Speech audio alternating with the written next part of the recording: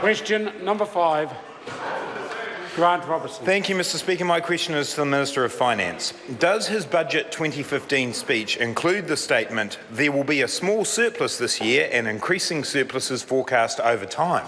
The Honourable Bill English. The member will just have to wait one more sleep to find out. Supplementary question, Mr Speaker. Supplementary question, Grant Robertson. Why should New Zealanders believe him making a promise for a surplus for next year and forecast surpluses for the following years tomorrow, given that he made that exact promise last year and will break it tomorrow? Honourable Bill English. Well, Mr Speaker, I'm quite confident that New Zealanders will make up their own mind about that, regardless of what that member says. In fact, if that member criticises the budget and our economic management, most of them will conclude that we're probably doing the right thing. Supplementary question, Mr Speaker. Supplementary question, Grant Robertson. Is it correct that Treasury advised him that the surplus he will promise tomorrow for next year is only possible if there is a significant rebound in global dairy prices? Honourable Bill English. Mr Speaker, the member will just have to wait till tomorrow, but I hope tomorrow he uses the term fiscal crisis. Point of order, every Mr. time Speaker. Labor Point of declares Order. I'm going to invite the member to ask that question. Thank you, Mr Speaker. Is it correct that Treasury advised him that the surplus he will promise tomorrow for next year is only possible if there is a significant rebound in global dairy prices? Honourable Bill English. Speaker, the member will have to wait till tomorrow, but I hope he uses the term fiscal crisis tomorrow. Mr Speaker. No, order. If the member's saying that question hasn't been addressed, on this occasion it has. He talked about the surplus that will be promised tomorrow in his question. Supplementary question, Mr Supplementary Speaker. question, Grant Robertson. Is it correct that Treasury advised him that a surplus for 2015-16 is only possible with a significant rebound in global dairy prices? Honourable Bill English. Well, Mr Speaker, the member will have to wait till tomorrow. Well, he will have to wait till tomorrow. Mr Speaker, point of order, Mr Speaker. Order. That is the third time I have asked a straight question to the Minister, which he has refused to answer. That is not the same question he asked 3 times. On the second occasion, he repeated the question he'd asked the first time, and on that occasion, I ruled that because of the way it was framed, that question had definitely been answered. Now, does the member have a further supplementary? So you're saying that... Order! Order, Mr Speaker. I'm on my feet, and I'm going to warn that member, if he interjects like that again, while I'm on my feet, I will be asking him to leave the chamber. Point of order, Mr Speaker. Point of order. Grant Robertson. Are you telling me that the Minister addressed the question I just asked?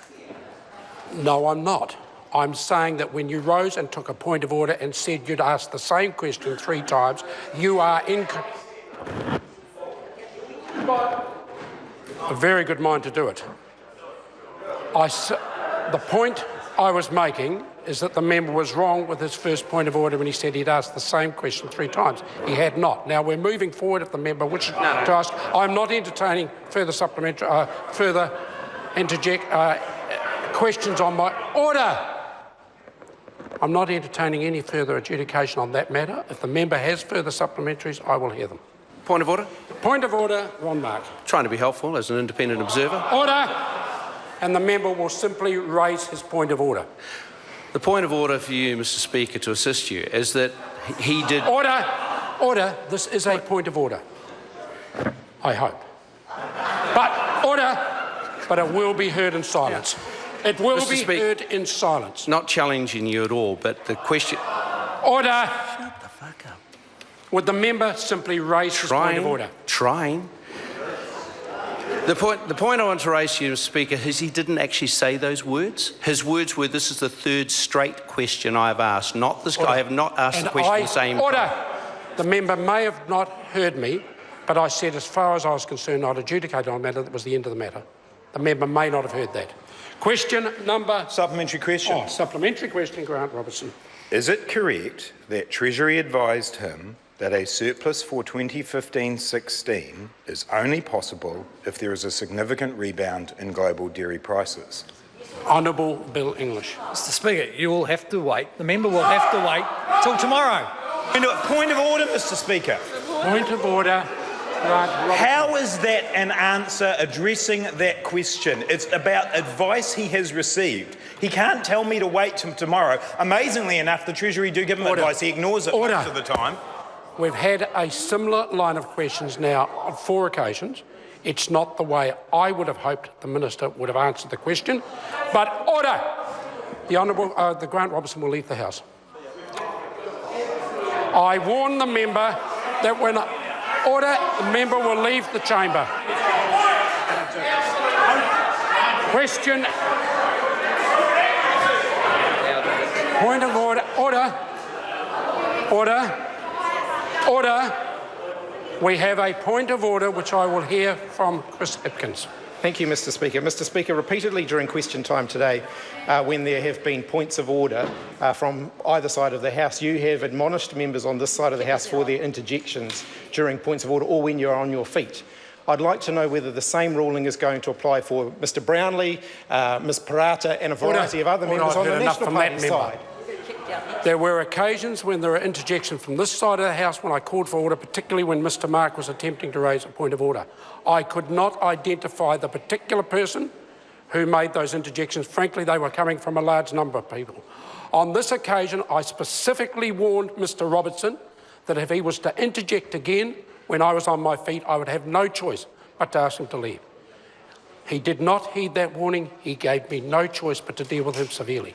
And I say to all members, when I'm on my feet and I call for silence, and then a member specifically after being warned not to interject does so, he leaves me no choice but to be severe.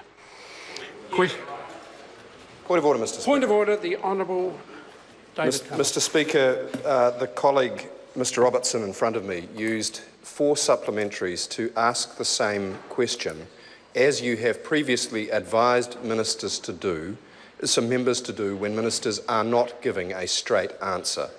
Mr Speaker, you have ejected a member who had absolutely understandable frustration, and Mr Speaker, my point of order is to ask you what sanction will equally apply to ministers who are deliberately thwarting the intent, if not the letter, of standing orders and denying the people of New Zealand the opportunity to have a proper question answered in a proper manner. To hear the point of order. I'll hear from the Honourable Jerry Brownlee.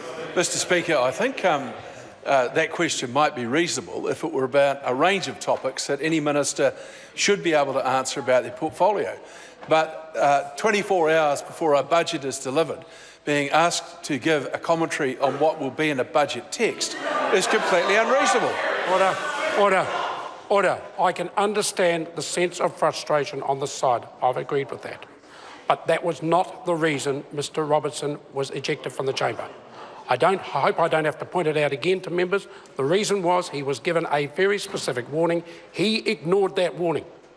Speaking to the point of order, Mr Speaker. No, well, what point of order, Mr. Is it a fresh point of order? It is, Mr Speaker, because, Mr Speaker, I did not question your ruling, sir, that you ejected a member for questioning your judgment.